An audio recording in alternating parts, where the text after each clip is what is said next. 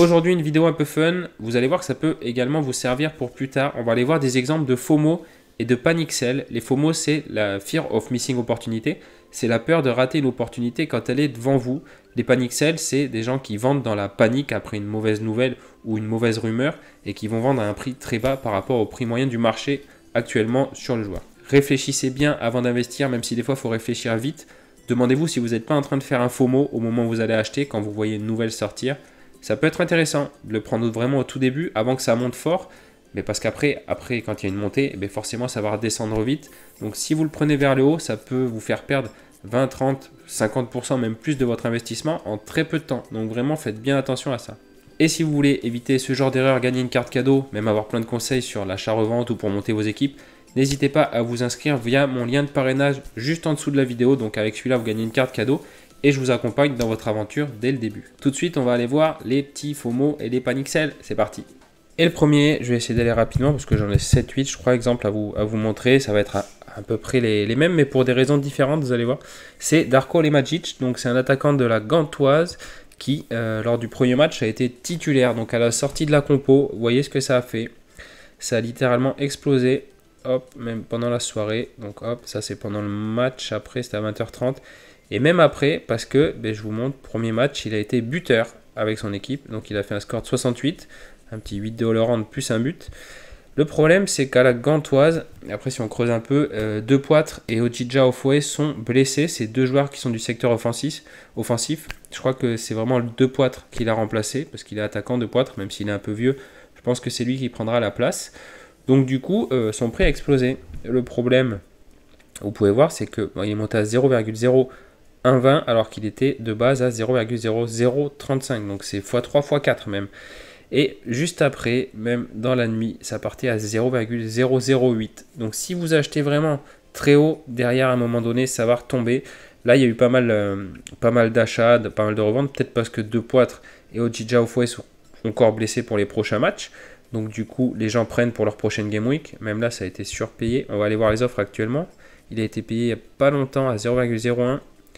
Il y a 11 minutes et il y en a un qui vient de sortir à 0,009. Donc c'est un joueur qui, dès qu'il va retourner sur le banc, je ne dis pas qu'après les choses ne peuvent pas bouger forcément dans l'année, même s'il est très bon, qui convainc le coach, peut-être qu'il va garder sa place, mais logiquement il va retourner sur le banc et à ce moment-là son prix va totalement down.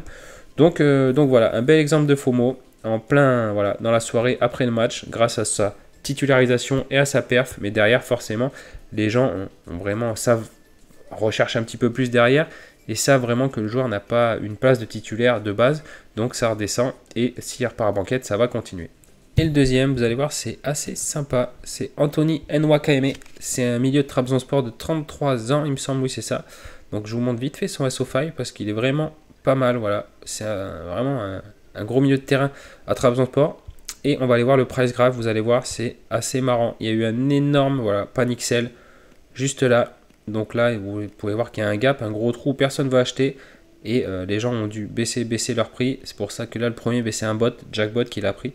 Donc là, il y a eu grosse rumeur de départ en Arabie Saoudite. Le contrat a été terminé. Il avait des exigences salariales un peu trop élevées pour Trabzonspor.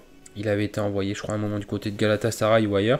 Mais du coup, voilà, grosse rumeur en Arabie Saoudite. Il est passé de 0,04 à 0,008. Donc un prix divisé par 4, voire plus même. Et derrière, c'est remonté parce que l'Arabie Saoudite, ça ne s'est pas concrétisé. Il y a eu des petits FOMO là, on peut voir, et surtout là, parce qu'il y a eu des rumeurs qu'il envoyait à Hull City. Donc c'est un championship, ça a carrément changé.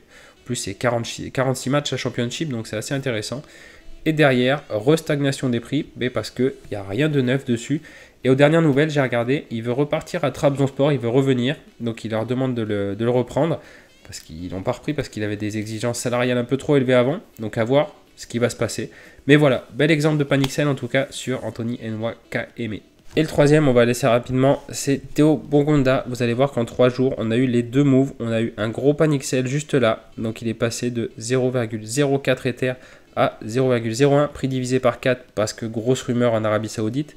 Et derrière, en fait, peut-être pas. Donc c'est repassé à 0,0295 et c'est redescendu. Bien évidemment, on n'a pas trop de nouvelles, c'est un peu un stand-by. Pour l'instant, il est encore à gank, rien de signé. Mais voilà, on a deux exemples. On a un exemple de FOMO et de panic sale en 3 jours, donc assez intéressant. Mais derrière, comme vous voyez, les prix s'ajustent à chaque fois. Et le prochain, alors celui-là, vous l'avez vu passer, c'est sûr et certain quasiment, c'est Luis Suarez de l'OM, pas l'ancien. Donc Luis Suarez qui a signé à l'OM en provenance de Granada, il me semble. Hop, si je dis pas de bêtises, je vais vérifier avec vous vite fait. Ouais, c'est ça, de Granada. Et alors, vous allez voir que là, le FOMO est fantastique. Voilà, c'est juste fantastique. Donc là, si vous le chopez dans les premiers, comme j'ai fait une vidéo il n'y a pas longtemps sur comment avoir les infos avant tout le monde. Donc, il faut être réactif, il faut être vif, mais il y a moyen de l'avoir avant tout le monde. Donc là, il est passé de 0,0175 à, on va aller au plus haut, à 0,0550. Et derrière, mais forcément, c'est redescendu. Il y a eu une grosse stagnation. Et après, c'est redescendu en gros. Tous ceux qui voulaient l'acheter, hop, l'ont acheté. Et derrière, il y aurait offre et demande, il y avait moins de demandeurs. Mais derrière, voilà, si vous attendez un petit peu, le prix va stagner. Donc soit vous chopez l'info au tout début, soit attendez que les FOMO passent pour l'avoir à un prix assez correct, essayez de le négocier plus tranquillement. Il y aura moins de demandes et ça sera plus tranquille pour négocier le prix derrière. Et le prochain, c'est un petit FOMO sur une feuille de match, sur une titularisation pour le premier match de l'Autriche. C'est Bernardo, donc qui joue en général défenseur latéral gauche. Donc il y a eu gros FOMO. Donc il est passé de 0,0123 à 0,04 au début, au plus haut. Donc là c'est à 20h48 le soir même. Et à 4h30 dans la nuit, il partait déjà à la moitié du prix au plus haut.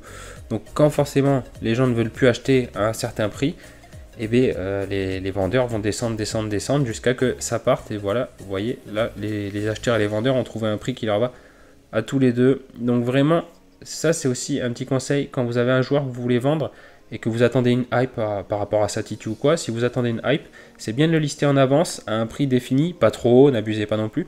Mais vous voyez, vous pourrez le faire partir vers ces prix-là. Si vous l'achetez, hop, vous avez fait un petit x3 si vous l'avez acheté les jours d'avant. Donc ça peut être super intéressant. Donc là voilà, juste le match a commencé à 20h30. Donc vers 19h30, on a eu la composition et c'est à partir de là que ça a explosé. Et ce qui est intéressant, c'est que de base, donc c'est un latéral et il a joué défenseur central. Donc c'est peut-être pour ça aussi que les gens ont bien kiffé. Il a fait son petit 63, mais derrière, ça sera juste quoi qu'il arrive. Donc ne cédez pas à la panique et attendez que le prix s'ajuste pour pouvoir négocier même derrière quand il y a moins de demandes par rapport aux offres qu'il y a. Et le prochain, alors vous l'avez sûrement vu, c'est assez récent, c'est Tarek Tissoudali, l'attaquant de la Gantoise, qui est vraiment un gros attaquant, un attaquant fort en Belgique, qui est une pièce maîtresse de son équipe. Grosse rumeur, voilà, je vais mettre sur un week-end même pour voir un peu mieux. Grosse rumeur sur un départ en Arabie Saoudite. Ça a été sorti par un média assez influent, assez gros, qui a plus d'1 million d'abonnés sur Twitter, un média qatari. Et du coup, il est passé de 0,0915 à 0,0540, donc quasiment divisé par 2. Après, ça reste des rumeurs. Certains y croient pas, d'autres y croient. Donc c'est pour ça que des gens ont pris un pari. C'est pour ça qu'il n'est pas descendu encore plus bas. Ça reste des rumeurs. Donc après, c'est un pari à faire ou pas. Moi, je ne l'ai pas tenté, même si je pense pas qu'il va partir. Ça reste risqué. Donc à voir, à suivre. Ah et là, vous allez rire. Alors bon, c'est encore l'Arabie Saoudite, vous allez me dire. Et c'est la grande mode, hein, j'ai l'impression, de cet été. Et c'est un graphique, moi, que j'ai appelé le Pamela Anderson. Alors vous allez voir pourquoi. Voilà, tout simplement. Tac, tac, tac. C'est comme ça. Donc on peut voir que là, il y a eu grosse rumeur Arabie Saoudite. Là, il n'y a rien qui a été fait. Hop. Ça, pareil, ça devrait se concrétiser. Sauf qu'au dernier moment, il n'a pas signé. Donc du coup, boum. Donc là, on a un gros panic sell. Et là, on a un FOMO oui et non. Parce que les gens, je trouve, ont bien ajusté le prix. Ils n'ont pas été trop hauts. À 7,70, c'est reparti. Mais du coup, le transfert a été annulé à la dernière seconde. Donc là, c'est pareil. Derrière, si vous attendez un petit peu, il y a moyen de l'avoir un petit peu moins cher en négociant. Surtout, suivez toujours les joueurs comme ça dans la watchlist. Mettez la petite alarme. Comme ça, s'il sort un peu plus bas que d'habitude, si vous le négociez en plus, il y a toujours une petite marge de négociation. Et bien, vous pourrez l'avoir à un prix vraiment intéressant par rapport à ce que vous pouvez l'avoir dans la hype. Parce qu'il n'y a pas trop, on est un peu à l'aveugle. Quand il y a un gros FOMO, on ne peut jamais savoir jusqu'où ça va aller et jusqu'où ça va redescendre derrière. Donc voilà, un joli graphique que j'ai bien aimé et que je voulais vous partager. Et le dernier, parce que faut pas non plus abuser trop des bonnes choses. Et puis bon, après c'est toujours un peu la même histoire, vous aurez compris. C'est Dylan Mbayo, donc c'est attaquant de Coutray, donc qui a été, voilà, petit FOMO. Alors c'est très léger, parce qu'il a été titulaire, donc lors du premier match, titulaire, donc petit FOMO à l'heure de la sortie de compo et même juste avant le match. Et derrière, forcément, ça redescend. Donc il est parti de 0,0137, il est monté, hop, quasiment, ouais, pas tout à fait x2. Il a pris et derrière, il redescend à son prix de base. Pourquoi? Eh bien, tout simplement parce qu'il n'a pas été décisif, même s'il fait un score sympa. S'il n'est pas décisif, ben, les gens ne vont pas continuer à l'acheter. C'est vrai que les gens s'enflamment un peu trop sur les limited par rapport au score décisif ou autre. C'est vraiment sur le score à l'instant T. Le marché anticipe pas non plus vachement derrière s'il va scorer ou pas. Après, c'est pas un attaquant que je connais trop. C'est vrai que c'est pas un attaquant qui score vachement non plus. Bon, ça a été pas mal remplaçant l'année dernière. Donc voilà, donc c'était vraiment le plus petit FOMO, un petit FOMO gentillet pour finir et pour bien dormir du coup. Donc voilà, c'était vraiment une vidéo pour le fun. J'espère que ça vous a fait marrer ou j'espère même que ça vous aidera la prochaine fois que vous voulez faire un petit FOMO à vous tempérer.